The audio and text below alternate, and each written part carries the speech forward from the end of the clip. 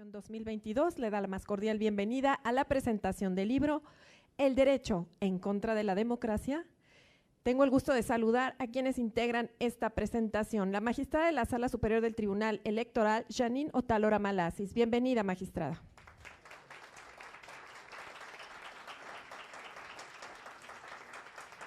El magistrado de la Sala Superior del Tribunal Electoral, Felipe de la Mata Pizaña. Saludamos a quien es experta en el Comité para la Eliminación de la Discriminación contra la Mujer, la doctora Leticia Bonifaz Alfonso. Siempre bienvenida.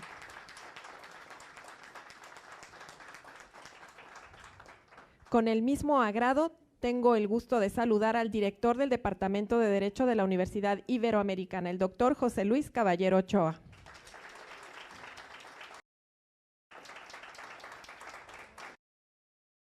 Escucharemos en este momento a la magistrada Janine Madeleine Otalora Malasis. Adelante, magistrada, por favor.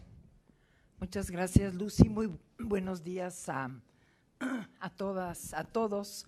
Saludo con mucho gusto a la doctora Bonifaz, al magistrado y compañero Felipe de la Mata y al doctor José Luis Caballero.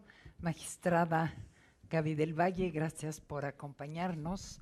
Les doy también la bienvenida a los estudiantes y las estudiantes de la Facultad de Derecho de la Universidad del Valle de México, agradeciéndoles que nos acompañen en esta presentación de esta obra, El derecho en contra de la democracia, que es un texto publicado en 2017 por un constitucionalista francés, Bertrand Mathieu, que además de ser académico es miembro del Consejo de Estado francés y representante ante la Comisión de Venecia. Agradezco también el gran esfuerzo que hizo el Tribunal Electoral para poder justamente llevar a cabo la traducción de esta obra, que me parece importante dar a conocer en lengua hispana. Se tramitó la traducción de la obra en el año 2018. Apenas ahora se está presentando, pero justo me parece en el momento en el que el debate en México, o parte del debate, gira en torno a este tema. Y antes voy a hacer de manera muy breve una presentación, mencionar por una de las conclusiones a las que llega Bertrand Mathieu en su libro y que enmarca justamente la provocación de su obra y las reflexiones a las que nos lleva. Y voy a citarlo. Él dice: si se quiere intentar salvar el modelo de la democracia liberal, siempre y cuando todavía sea posible, es preciso promover los instrumentos que permitan su evolución al mismo tiempo que la preserven. Y yo de esta conclusión destaco tres ideas. La primera es que hablamos de una democracia de corte liberal. La segunda es que la solución se centra justamente en los instrumentos jurídicos. Y la tercera es que el derecho tiene también que evolucionar y preservarse. En la primera parte de la obra, el autor hace un actual del tipo de la democracia a la que está justamente referido su texto. Y va hilando de una manera magistral conceptos tan importantes como el derecho del Estado, los valores como sustento ideológico, la determinación del interés general, los mecanismos representativos y mayores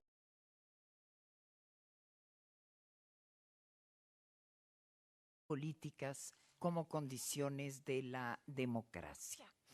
El autor plantea entonces al derecho como un factor de debilitamiento de la democracia, es decir, plantea lo jurídico como un elemento adicional, como una herramienta, pero una herramienta que puede estar dentro o fuera del contexto democrático.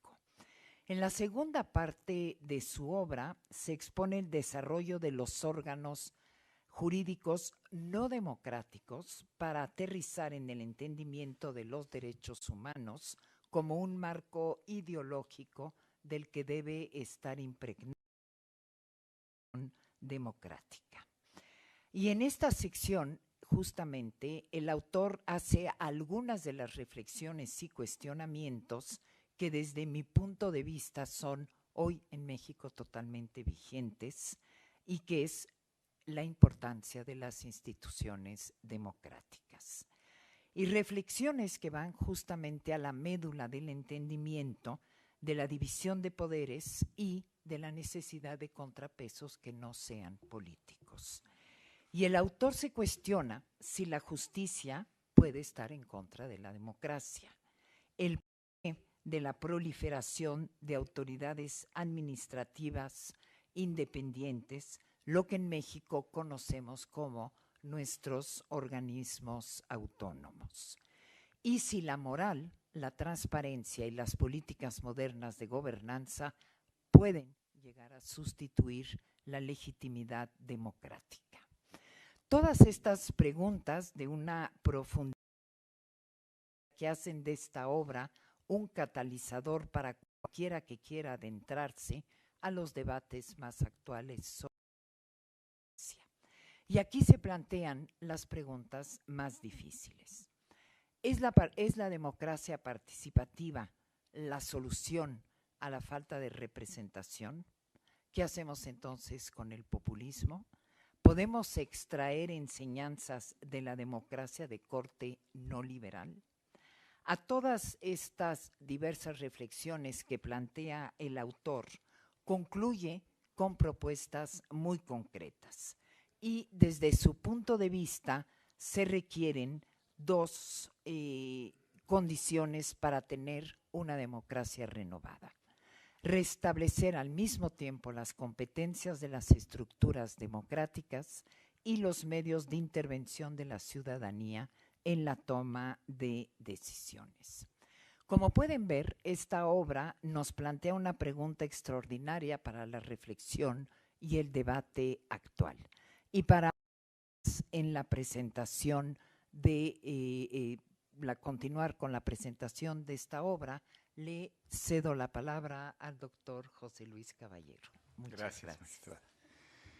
Muy buenos días, tengan todas y todos. Me da mucho gusto estar aquí en la FIL y quiero agradecer al Tribunal Electoral del Poder Judicial de la Federación, a la Sala Superior, a la Escuela Judicial, por la invitación a presentar este estupendo libro. Gracias a la magistrada Otalora, al magistrado de la Mata, y me da mucho gusto encontrarme con la doctora Leticia Bonifaz esta mañana.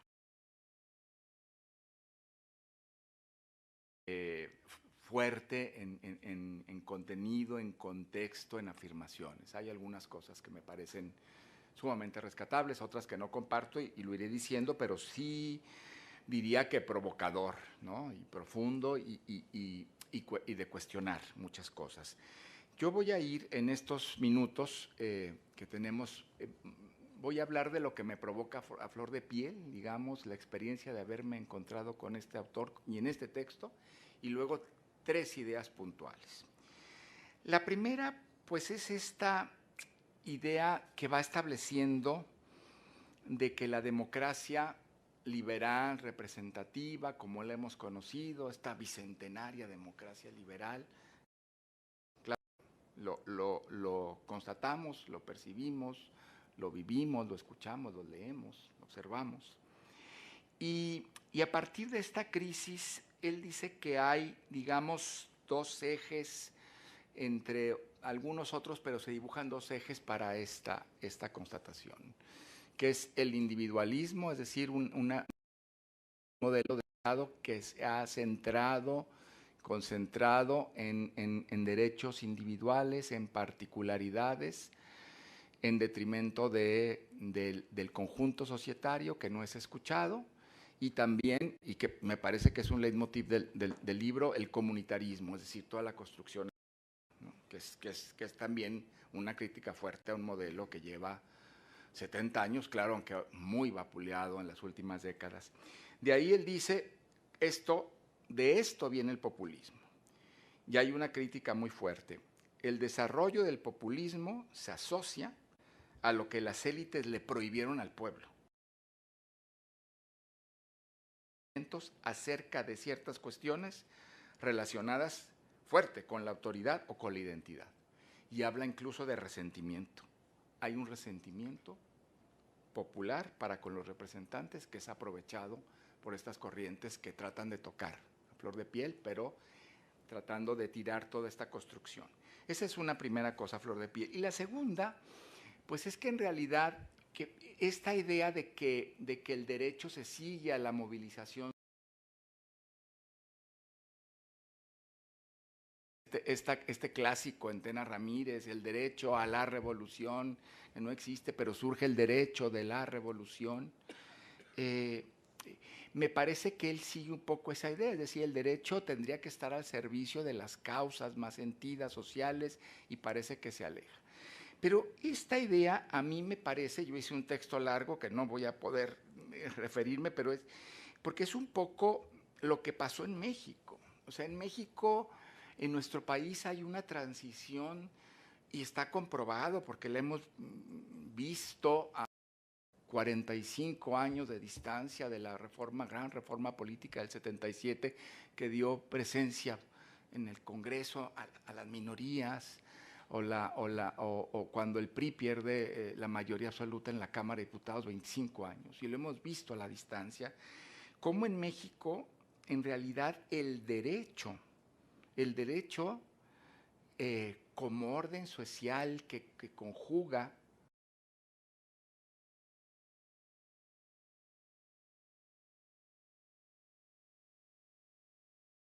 autocracias, sino un derecho que va sirviendo a la construcción de mayorías donde las minorías están protegidas, es el eje que ha posibilitado que en México tengamos esta transición, o hayamos arribado a la democracia.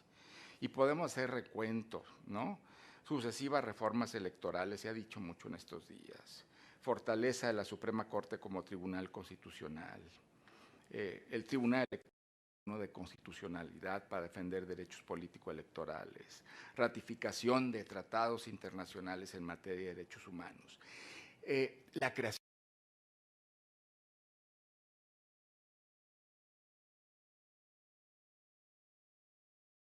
con presencia ciudadana también.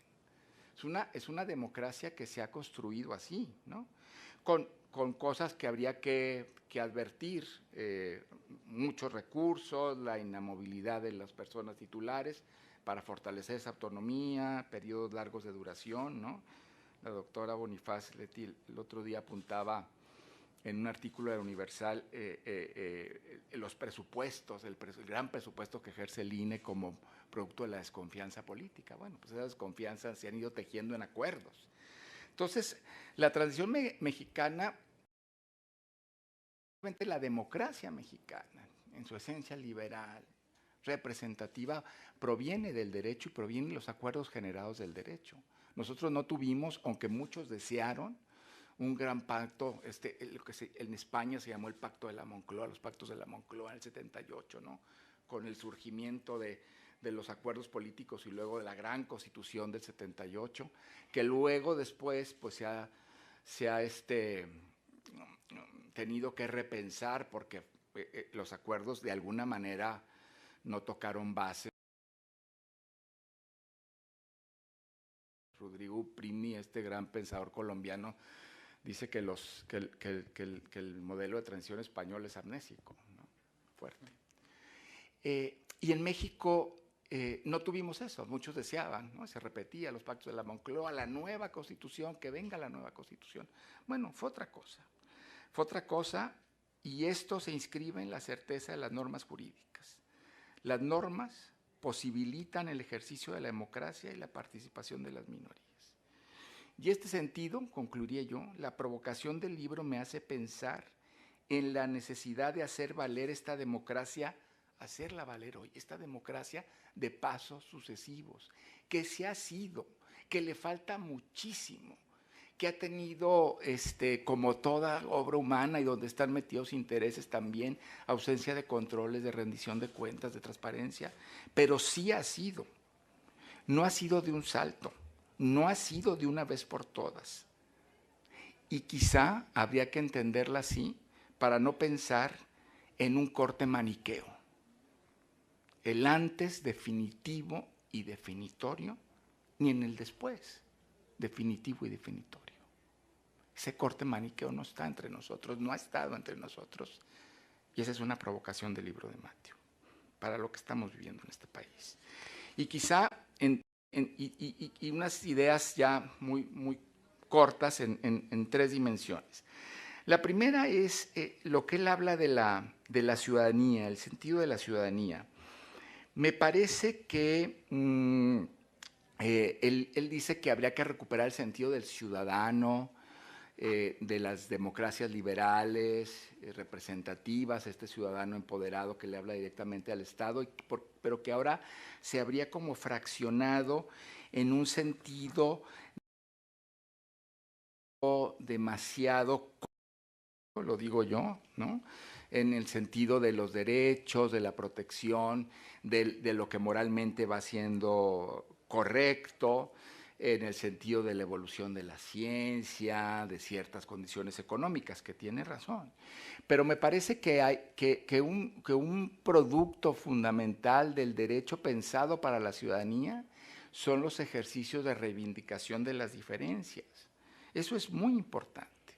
El ejercicio de la reivindicación de las diferencias como modelo de ciudadanía, donde todas y todos quepamos, es un producto fundamental para el ejercicio de la democracia. Y el otro, que me parece importantísimo y que el derecho constitucional posibilita, es la renuncia del Estado, de este que dialoga con los ciudadanos y las ciudadanas, lo voy a decir con la expresión de Rousseau, a forjar una religión civil, ¿no?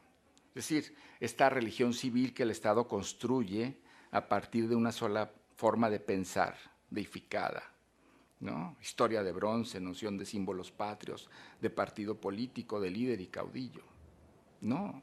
Y en ese sentido se fragua la diversidad, desde el Estado, de reconocimiento de ciudadanas y de ciudadanos, pero también del sentido de que el Estado es un Estado desde lo diverso.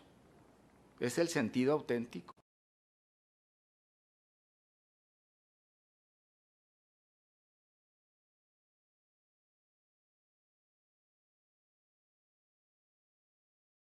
La segunda idea que me deja también pensando es el tema de los derechos humanos. Él dice que los derechos humanos han sido un arma, digamos, en donde se ha parapetado el individualismo, las exigencias de corte individual.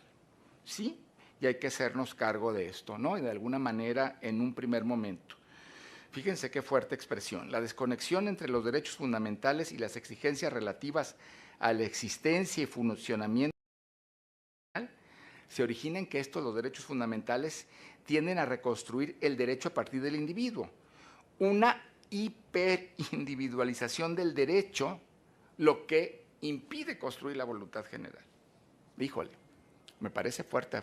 Y yo invitaría a Mathieu a asomarse, voy a decirlo rápido, a la Corte Interamericana en la justiciabilidad de los derechos económicos, sociales y culturales.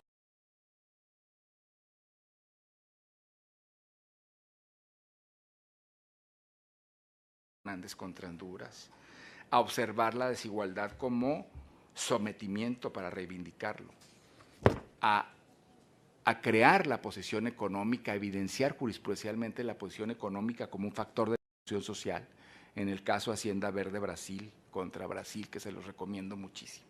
Lo que está haciendo el Tribunal Electoral para dar voz política a colectivos infrarrepresentados, mujeres, LGBTI, personas con discapacidad, migrantes, paridad en todo, lo que está haciendo el Comité de la CEDAW.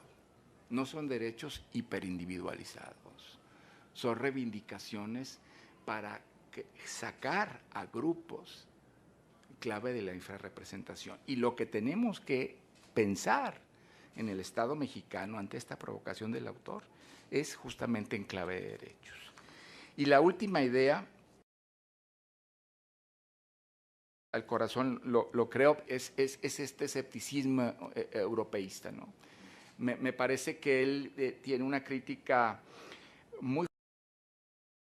Hay que pensarla, hay que entenderla, hay que comprenderla. La debacle, digamos, de la Unión Europea en muchos sentidos, bueno, quizá la expresión debacle sea fuerte, pero sí tampoco, pero sí, digamos que no hayan aceptado la Constitución para Europa en 2005, Francia y los Países Bajos, o el Brexit, ¿no?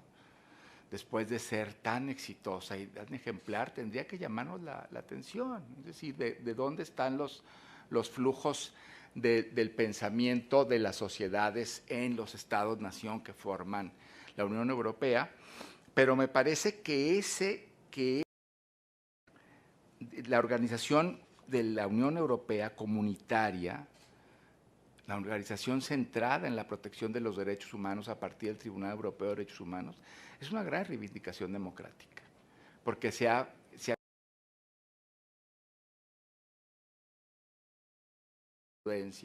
lo que han hecho las instituciones de la Unión Europea es, de alguna manera, también dar voz a quien no la ha tenido ante las instancias nacionales, subsidiarias, ¿no?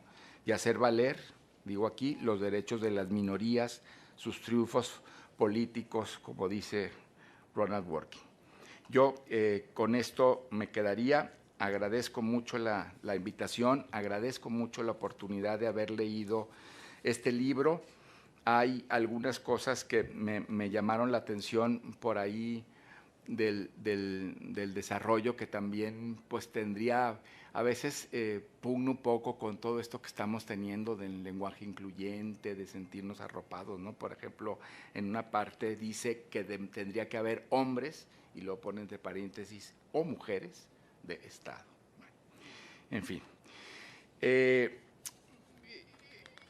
Yo creo que el libro plantea estos problemas fundamentales, cruciales, pero a mí lo que me queda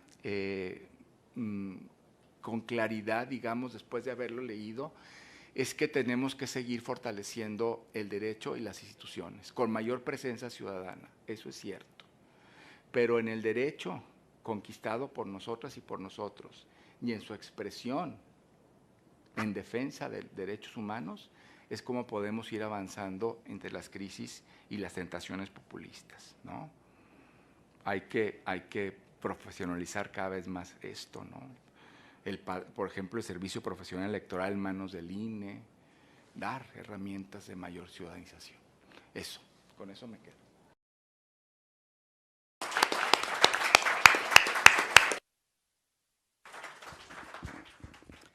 Muchas gracias, doctor José Luis Caballero, por compartir las inquietudes que despiertan esta obra. Le pediría a la doctora Leti Bonifaz que haga uso de la voz. Muchas gracias. Agradezco al Tribunal Electoral la invitación y efectivamente el libro tiene mucho de comentable, justo por algunas cuestiones que estamos de acuerdo y otras no. No hablé con José Luis y no nos pusimos de acuerdo, pero coincidimos en la mayoría de las observaciones. Justo cuando llegué le decía al magistrado de la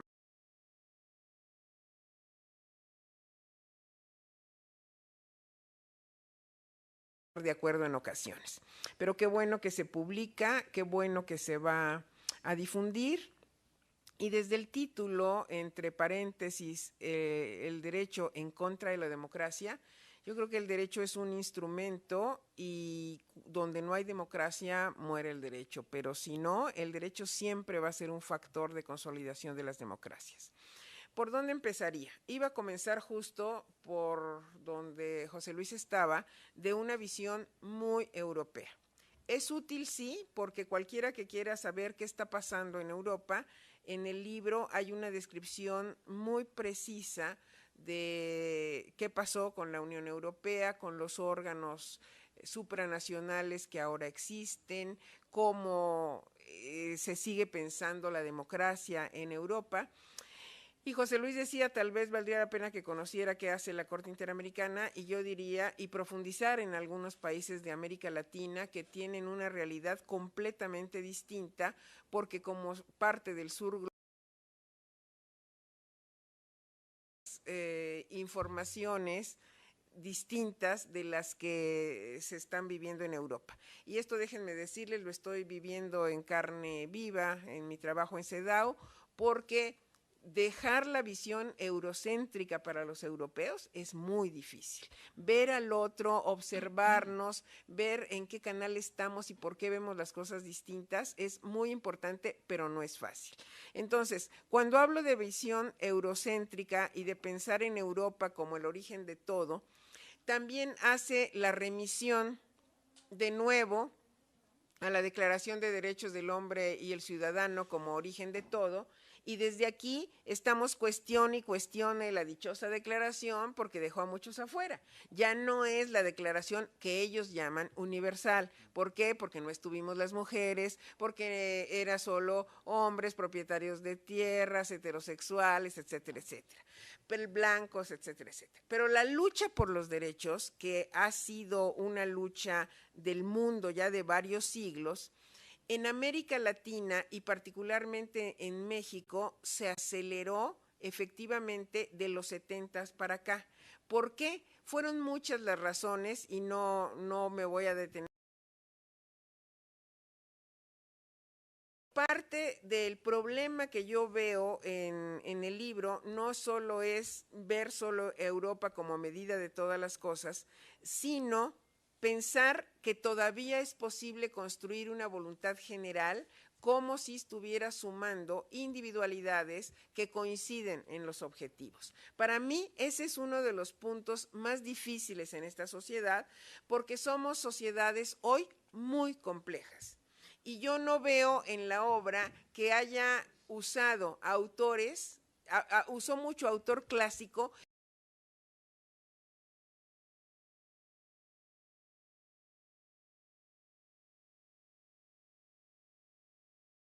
y hasta ahora no han podido conciliar cómo chocan estos intereses y estas visiones de la Europa tradicional con los migrantes del norte de África, con los migrantes de Europa del Medio Oriente, etcétera, etcétera. Entonces, para el multiculturalismo y la plurinacionalidad y los choques, los empezaron a intentar resolver en Europa hasta los años 80, antes no. ¿Qué pasa con la musulmana que llega con velo a una escuela? ¿La debes expulsar, decir que se lo quite, mantener por respeto? ¿Qué debes hacer? Decirle que es una forma de discriminación. ¿Qué haces? Por poner solo un ejemplo. Entonces, cuando José Luis cierra con el tema de los derechos colectivos, es uno de los puntos que también tenemos que rescatar del libro, porque efectivamente los derechos individuales, los derechos en Europa son así. En cambio, nuestros derechos tienen un tinte de colectivo desde el origen, más si pensamos en la Constitución del 17, porque en la Constitución del 17 el eje fundamental, y se ha repetido muchas veces, del derecho al trabajo o del derecho agrario tiene título.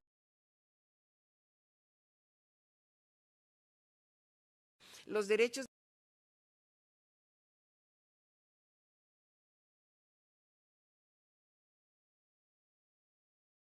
individualización que él ve como problema. Y justamente si nosotros vemos en dónde estamos paradas y parados hoy nuestra lucha es por tratar de integrar todas las diversidades, que son muchas, ¿no? Cuando hablo de diversidad, no hablo de diversidad en el sentido de orientación sexual o identidad de género, hablo de todas las diversidades, y esta forma de respetar lo diferente. Aquí, de este lado del mundo, hemos tenido más formas de resolver, de intentar resolver, y no una Europa que nació con otra visión de las cosas. Para mí,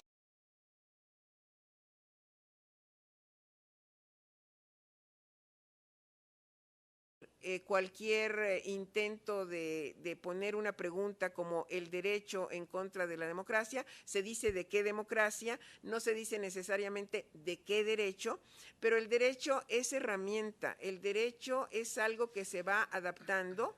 Y yo, que en algún momento, lo digo públicamente, Janine lo sabe, sentí cierta impotencia de lo que el derecho podía lograr. Hoy, en cambio, sé que si no tuviéramos instituciones y normas que frenen, estaríamos en otra situación, porque finalmente, si hay reglas para cambiar la Constitución, si hay reglas para decir cuál es la competencia de cada órgano, si hay reglas para poner diferencia en cuanto a derechos y todo eso, pues estamos hablando de que el derecho está siendo útil para mantener la democracia y no con la pregunta que se hace a la inversa. Los pocos minutos que me quedan los usaría para decir. El autor trata respecto de la democracia directa, no de la democracia representativa, y es de cuando se consulta al pueblo, y donde José Luis decía es a donde vas al populismo. Y aquí voy a poner el ejemplo de México, sino el de Bolivia, cuando decidieron ellos que se iba a elegir a los integrantes del Tribunal Constitucional. Entonces, yo estuve en Bolivia, platiqué con varios de ellos, y uno de plano me dijo: para la elección, lo primero que yo busqué fue usar el poncho, porque ya vestido como indígena iba a tener más votos. Nosotros no podemos llegar a eso, a decir que entonces, si te van a elegir, entonces ya tienes que tener no tanto tu trayectoria, tus conocimientos técnicos, sino va a tener que ver todo el aparato publicitario. Y hoy las masas se mueven de manera distinta, y eso tampoco lo vi reflejado, de cómo esa voluntad popular es idéntica a este concepto pueblo en abstracto que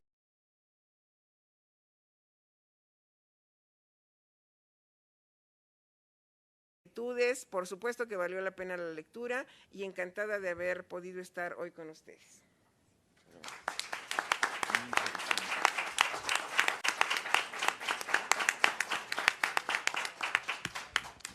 Muchas gracias, Leti, por plantearnos estas inquietudes en torno a otra visión justamente que plantea el autor. Magistrado Felipe de la Mata tiene el uso de la voz. Sí. Micrófono. ¿Ya? Sí. Antes que otra cosa, quiero decir que considero de verdad un honor estar con doña Leti Bonifaz, más calificada en tantos temas de derecho público, con don José Luis Caballero, al que estimo profundamente, por supuesto, y sin duda, y particularmente, y permítanme que no puedo ocultar mi admiración hacia, sin duda, uno de los referentes importantes que existe en la judicatura electoral mexicana, si no es que es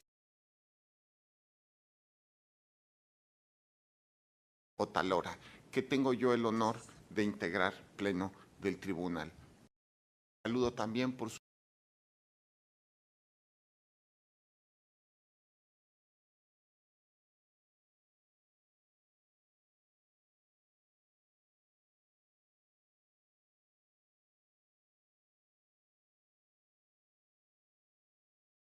la suerte de los dos profesores, Caballero y doña Leticia Bonifaz, porque me hace surgir muchas preguntas. Ojalá los chavos y las chavas puedan acudir a esta obra y reflexionar. Tenemos una gran paradoja en México. Sí, ya ha habido una transición democrática en México. El que no quiera verlo es porque de verdad no quiere, no desea, busca cerrar los ojos. Lo que pasa es que nuestra transición democrática ha sido lenta, rápida, como la transición democrática española, donde el jefe del Estado, de su momento, logra un pacto claro entre las diversas fórmulas históricas para llegar a la Constitución del 78. Nuestra transición ha sido evolutiva y paso a paso. A ver, no hay que dejar de ver el gran punto de origen que fue 1977, aquella reforma electoral que permitió que se incorporaran los diputados de representación proporcional a la Cámara de Diputados y que a su vez permitió que existieran partidos políticos con registro condicionado, es decir, existió pluralidad democrática, esa era la base fundamental. Es que antes de eso, chavos, antes de los 70 en este país no llegaban diputados de ningún otro partido que no fuera el que se encontraba en el gobierno. De repente uno por ahí llegaba.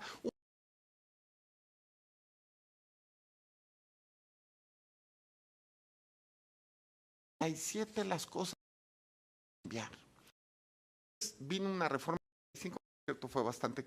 Después la gran reforma del IFE, que ha sido, tampoco podemos hacernos bolas.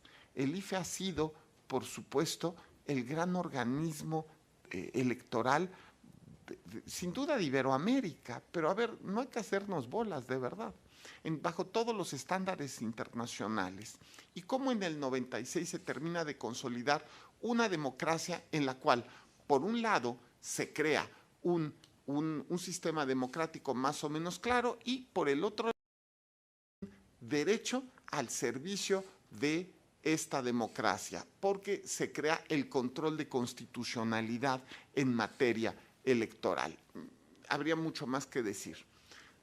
Qué paradoja.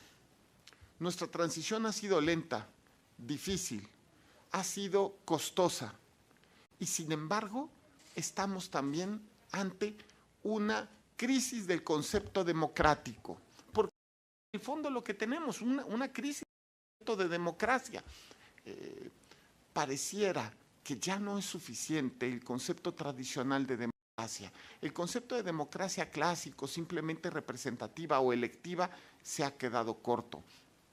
Por otro lado, estas nuevas figuras de democracia participativa, pues me parece que, por lo menos en el contexto mexicano, habrá que evaluarlas con mente fría dentro de unos años y darnos cuenta de los resultados que se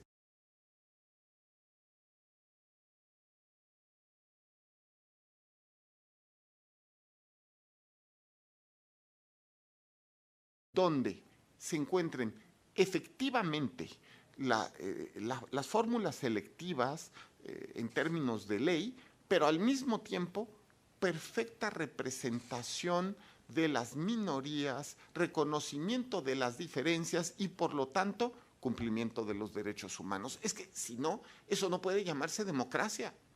Le contaba hace poco a doña Yanino Talora que estaba en una universidad pública dando una clase y para sorpresa mía, estaba una hora hablando.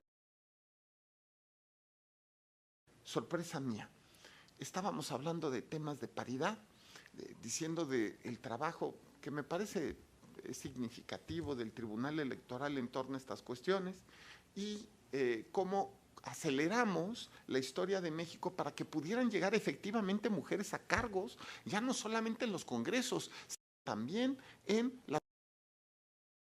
A ver, es así de claro. Este México tiene hoy 9 gobernadoras gracias a una sentencia del tribunal. Solo una. Bueno, para sorpresa mía, en el público se hace una pregunta donde dicen que que esto es contrario al principio democrático. Porque en el principio democrático, pues deberíamos poder votar por quien quisiéramos. Y si queremos solo hombres, pues que así sea. Yo dije... pues aquí en mi corazoncito dije, pues lo voy a censurar, pero no voy a decir nada, ¿no? Bueno, y de repente se oye en un auditorio de 1,200 personas un aplauso, pero un aplauso a la pregunta así, y yo dije, llevo 1 hora hablando y no ha servido de mucho. Debemos entender que en la democracia debe haber lugar para todas las personas y que en esta sociedad contemporánea, de verdad, hay diversidad total. Diversidad no solamente en cuestiones económicas, que ahora está tan de moda hacerlo notar, sino también diversidad sexual, racial, ideológica, y que en la democracia todos debemos estar adentro e incluidos. Y estos conceptos democráticos, si nos quedan claros, es que podemos construir lo demás. porque quizá la crisis de las instituciones democráticas en mucho es por el lenguaje en torno al concepto de democracia. Y eso es lo que a mí me gusta del libro. Efectivamente pareciera que en el libro nos hace notar este contraste que hay entre la democracia liberal del siglo XVIII y la actual. Por ejemplo, el doctor Caballero nos hacía notar, pero de manera muy interesante, esta cuestión. A ver, ¿cómo puede ser que la democracia haya tenido en Europa la cuestión de tratar de desmantelar a través de vías democráticas el único sistema que le ha dado paz a la propia Europa? Es decir, después de las guerras napoleónicas, 1970, por supuesto la Primera Guerra Mundial, la Segunda Guerra Mundial, lo único que le ha dado tranquilidad a Europa es la Unión Europea y se está desmantelando. Pero no está... Le dan a elegir a los colombianos, ¿quieren ustedes guerra o quieren ustedes paz? ¿Y qué hacen? Queremos guerra. No, bueno, es que ¿en qué mundo estamos? El concepto de democracia se encuentra en duda también porque los que pensamos, digamos, universitariamente, no hemos logrado transmitirlo. No hemos logrado transmitir a las personas la importancia de la democracia entendida no solamente como elección. En fin, de verdad podría hablar mucho del tema, estoy de verdad muy entusiasmado, pero quiero abordar algo del libro particularmente. Hay un aspecto en el libro al que también quiero llamar la atención. Se trata del fenómeno llamado como populista. Dentro de los problemas de la democracia representativa actual se encuentra la falta de vínculos entre el pueblo y el ejercicio del poder. Nadie se atrevería seriamente a afirmar lo contrario. En ese desolador contexto, los mecanismos de democracia participativa se han pensado como instrumentos que podrían reivindicar ese vínculo necesario. En México, por ejemplo, ese diagnóstico se debe a la aparición constitucional de esta clase de mecanismos en los últimos años, en especial la Constitución. Ahora bien, muy cercano a un uso problemático de estas figuras es la cuestión del populismo.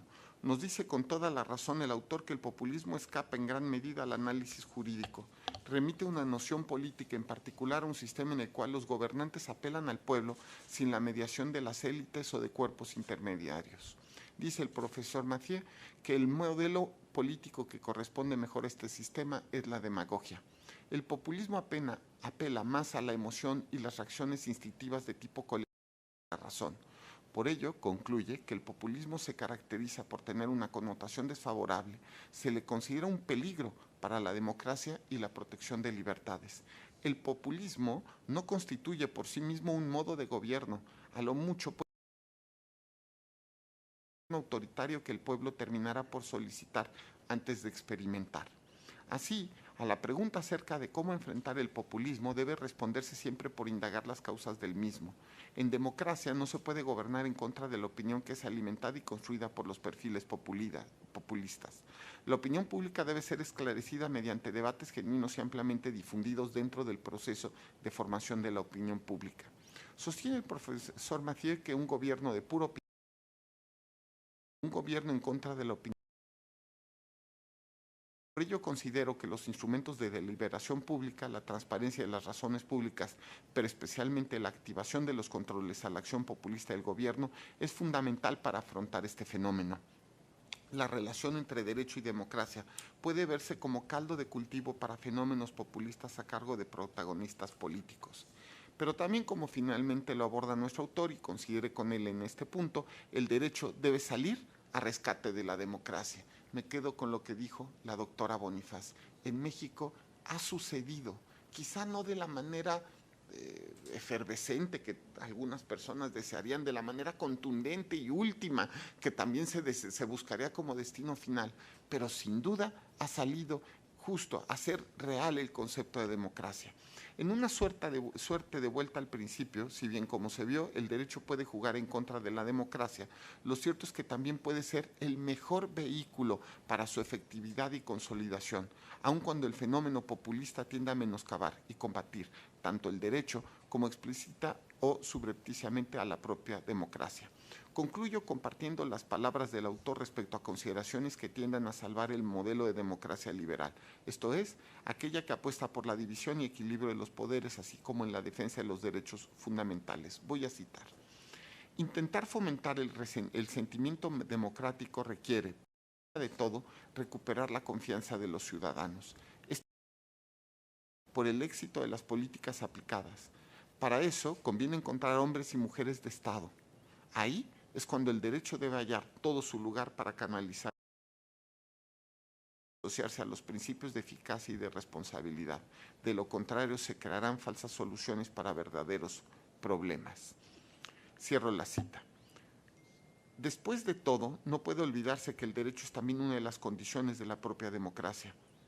Democracia también, por supuesto, es Estado de Derecho y cumplimiento del Estado de Derecho. Y no puede haber democracia sin cumplimiento del Estado del Derecho.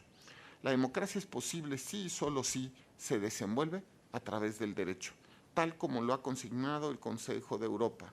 Democracia sin derecho ser exitosa si queremos evitar populismos dispuestos a fomentar autoritarias. Los invito sinceramente a leer esta obra. De verdad me parece fundamental, además es gratis, se la pueden llevar.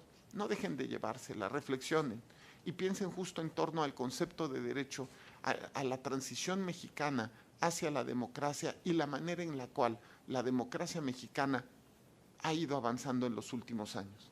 Porque sí, ha avanzado, pero que el que piensa que no pueden haber pasos atrás se está equivocando. El ejemplo de eso también, lamentablemente, es Europa. Muchas gracias.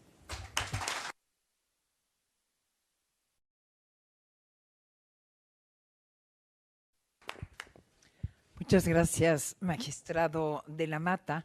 Únicamente a modo de conclusión, me parece que lo que se ha dicho por quienes hemos participado debe incitarles a leer esta obra.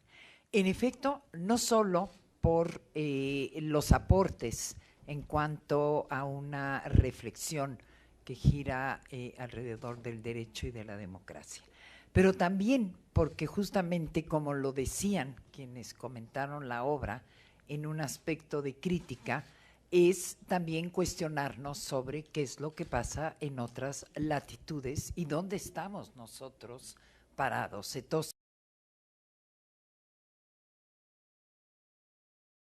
el tema de latitudes es una razón más para leer esta obra, que además simplemente el título puede parecer totalmente agresivo. El derecho en contra de la democracia, bueno, hoy en día parecería incluso violento el título de la obra. Pero yo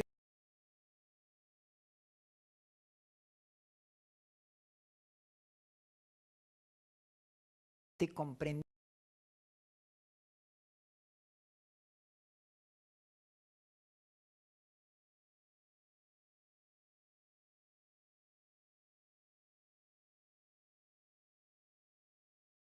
de su también cuando la claridad total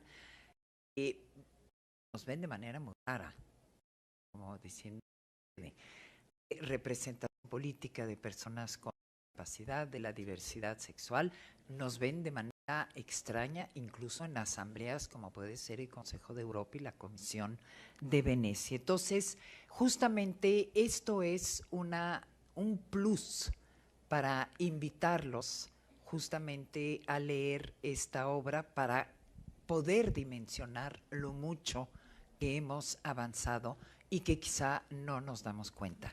Y únicamente a modo de paréntesis agregaría que no sería solo Europa, pero también basta ver lo que acaba de suceder en Chile, en que la aprobación de una nueva constitución para sustituir una constitución de origen de una dictadura no pasó, entre otros, porque asustó los derechos que se estaban dando a la ciudadanía indígena, el tema de paridad y el tema del aborto. Con esto cierro y muchísimas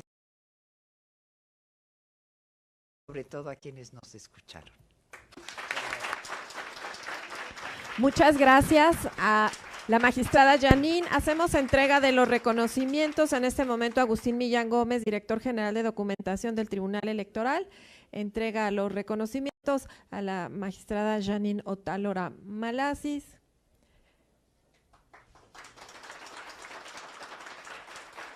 A José Luis Caballero Ochoa. Haremos llegar a Leticia Bonifaz, por supuesto, su reconocimiento, y al magistrado Felipe de la Mata Pizaña, como siempre, con gusto, con agradecimiento, porque el Tribunal Electoral se encuentra en la FIL, en la Feria Internacional del Libro de Guadalajara. Despedimos la transmisión en directo y agradecemos su presencia aquí en este Salón C de la Feria Internacional del Libro de Guadalajara.